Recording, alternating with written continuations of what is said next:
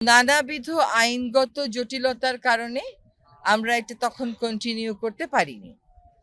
আইনগত জটিলতার মধ্যে একটা ছিল যে আমাদের আইনে পুলিশকে এই বিষয়ে কোনো ক্ষমতা দেয়া ছিল না।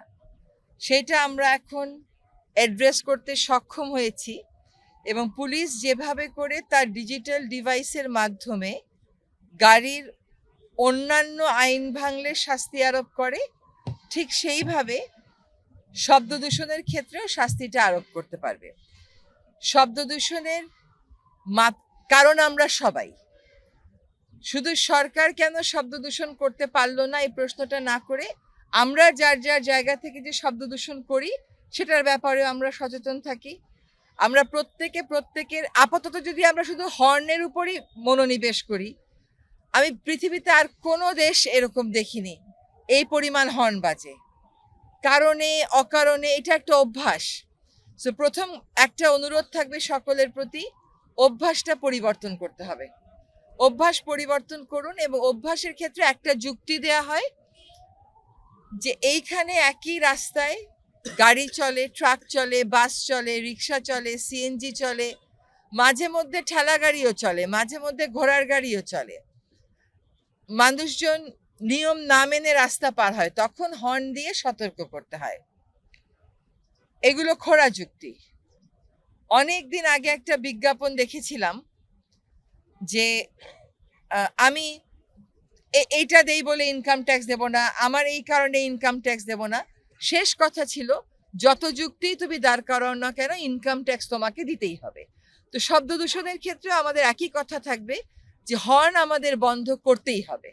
আমরা নিজেরা যদি হর্ন না বন্ধ করি, যত গাড়ি আছে প্রত্যেকটা গাড়ির পিছনে কি একজন করে পুলিশ দাঁড়িয়ে দাঁড়িয়ে ফাইন করে হর্ন দেওয়া বন্ধ করতে পারবে? এটা তো সম্ভব না। ঢাকাতে নামলে বিমানবন্দরের দরজাটা খুলে বের হলেই যেই পরিমাণ হর্নের শব্দ আসে, রীতিমতো লজ্জা হয়।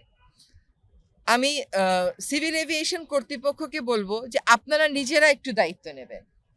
আপনাদের নিজেদের ওই সামর্থ্য আছে, দেশে এখন সেই আইনটাও আছে যে আপনারা নিজেরা ভলান্টিয়ার নিয়ে যদি রাখেন, এখানটাতে 1 মাস রাখেন, 1.5 মাস রাখেন, 2 মাস রাখেন, এই তরুণেরা কাজ করতে আগ্রহী। ট্রাফিকে কিন্তু একটা বড় তরুণ গোষ্ঠীকে ট্রেনিং দেয়া হয়েছে, যারা এখন officially part of the traffic police. তাদেরকে নিয়ে আসেন, অন্তত এই জায়গাটুকুনকে শব্দ দূষণ হর্ন মুক্ত করেন। অন্তত আপনার এখানে তো আর শব্দ দূষণ মুক্ত হবে না, কারণ আপনার বিমান অবতরণ করবেই, কিন্তু হর্নটা থেকে এইটুকুন জায়গায় যদি আমরা হর্ন মুক্ত করতে না পারি, তাহলে গোটা দেশে এটার একটা বিরূপ প্রভাব পড়বে। আর এইটুকুন জায়গাকে যদি আমরা একটা উদাহরণ হিসাবে দিতে পারি, যে নেতৃত্ব অবশ্যই আপনি দিতে পারেন, সেটার একটা দৃষ্টান্ত সৃষ্টি করবে। রাত 1টা বলেন, 2টা বলেন, আমাকে রাত 2:30টার সময়ও কেউ ফোন করেছে, হোয়াটসঅ্যাপ করেছে যে আমি গুলশানে থাকি, আমার বাসার পাশ দিয়ে গাড়ি যাচ্ছে, প্রচন্ড হর্ন বাজিয়ে আমি ঘুমাতে পারছি না। The what do I do? মানে একটা প্রতিষ্ঠান হিসেবে কি করব আমি? আমার তো মাত্র 6 জন ম্যাজিস্ট্রেট, 3 জন ঢাকায়, 3 জন ঢাকার বাইরে। সেই ইটভাটাই ভাঙবে না পলিথিনেই যাবে নাকি শিল্প দূষণেই যাবে? কিন্তু আমরা যদি সবাই বদলে যাই তাহলে কিন্তু এটা সম্ভব। এবং আজকে আমাদের ডিএমপি থেকে সারোয়ার ভাই যে কথাটা বললেন যে ওনারা এনফোর্সমেন্টের কাজটা শুরু করে দেবেন। রং পার্কিং এর জন্য যেরকম করে ফাইন করে, এখন থেকে শব্দ দূষণের জন্য ওরকম করে ফাইন করবে। এই প্রসেসটা কন্টিনিউ করবে।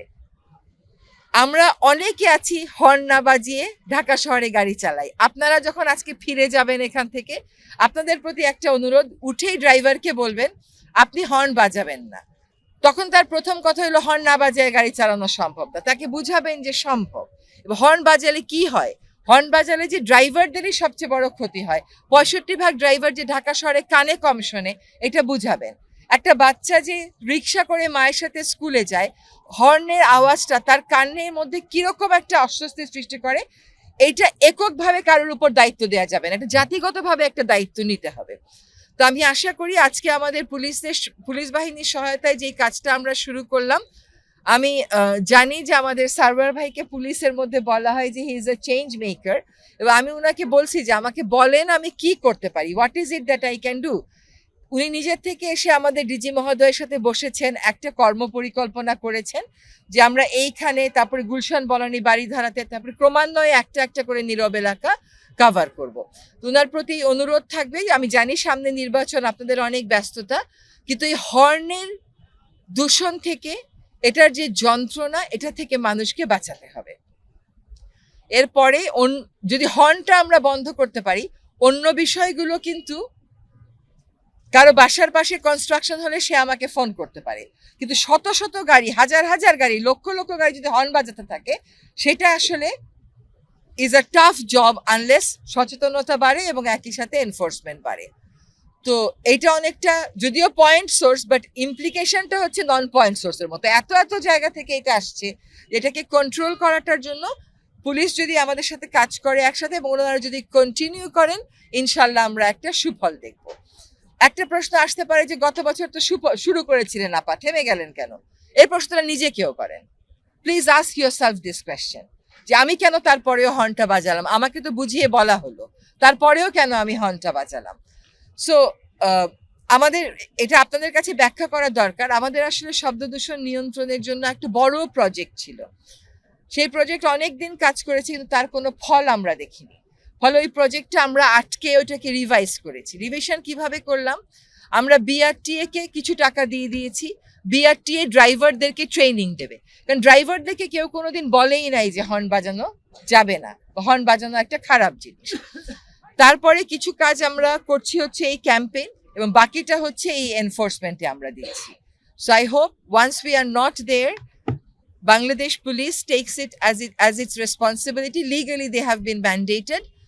ওই লিগাল চেঞ্জটাও আমরা এখন নিয়ে এসেছি। দি ডিপার্টমেন্ট অফ এনভায়রনমেন্টের এই 6 ম্যাজিস্ট্রেট দিয়ে আসলে অসম্ভব। সো যদি পুলিশ যেহেতু রাস্তায় থাকে, ট্রাফিক সার্জন যেহেতু রাস্তায় থাকেন, তারা যেন তাৎক্ষণিক ব্যবস্থা গ্রহণ করতে পারেন।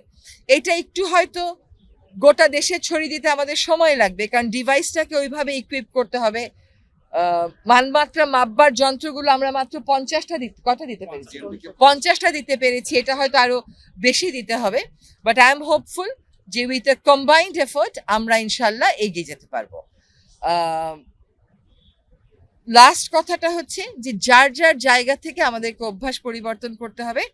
আপনারা যারা গণমাধ্যমে আমাদের গণমাধ্যম থেকে এসেছেন, আপনাদের কাছে একটা অনুরোধ থাকবে, আপনারা একটু হর্নের নেতিবাচক প্রভাব সম্পর্কে একটা অ্যাওয়ারনেস তোলেন। আপনারা যদি সারাক্ষণ এটা বলেন যে হর্ন বাজানো বন্ধ হলো না, হর্ন বাজানো বন্ধ হলো না, please take on the responsibility on yourself also. মানুষকে জানান যে কেন হর্ন বাজানো বন্ধ করতে হবে। হর্ন বাজানো বন্ধ হলো না, একটা রিপোর্ট হলো, তাতে কি হলো? তাতে কি হর্ন বাজানো বন্ধ হলো? তাতেও তো বন্ধ হলো না। সো আমরা মানুষকে জানাই যে হর্ন বাজানোর জন্য এই উদ্যোগ নিয়েছে সরকার, আপনাকে কেন হর্ন বাজানো থেকে বিরত থাকতে হবে। এইটার একটু দায়িত্ব নিয়ে আপনারা সকলকে জানাবেন যে হর্ন বাজালে এই শাস্তি হতে পারে, আর হর্ন বাজালে পুলিশ যদি শাস্তি নাও দেয়, পরিবেশ অধিদপ্তর যদি শাস্তি নাও দেয়, আপনার তো শারীরিক, মানসিক, আর্থিক ক্ষতি হয়ে যাচ্ছে। এই জিনিসটা একটু মানুষকে বুঝাতে হবে, এবং হর্ন না বাজিয়েও যে গাড়ি চালানো সম্ভব, ঢাকা শহরেই সম্ভব, এইটা একটু বুঝাতে হবে। আমাদের অভ্যাসটা হয়ে গেছে, আমাদের গাড়ির চালকদের হাতটা সবসময় হর্নের উপর থাকে, কিছু দেখবার আগে হর্ন, লাল বাতি সবুজ হওয়ার সাথে সাথে হর্ন। এই যে অভ্যাসটা, একটা সম্মিলিত প্রয়াসে আশা করি এটা আমরা কমিয়ে আনতে পারবো, নিয়ন্ত্রণে আনতে পারবো।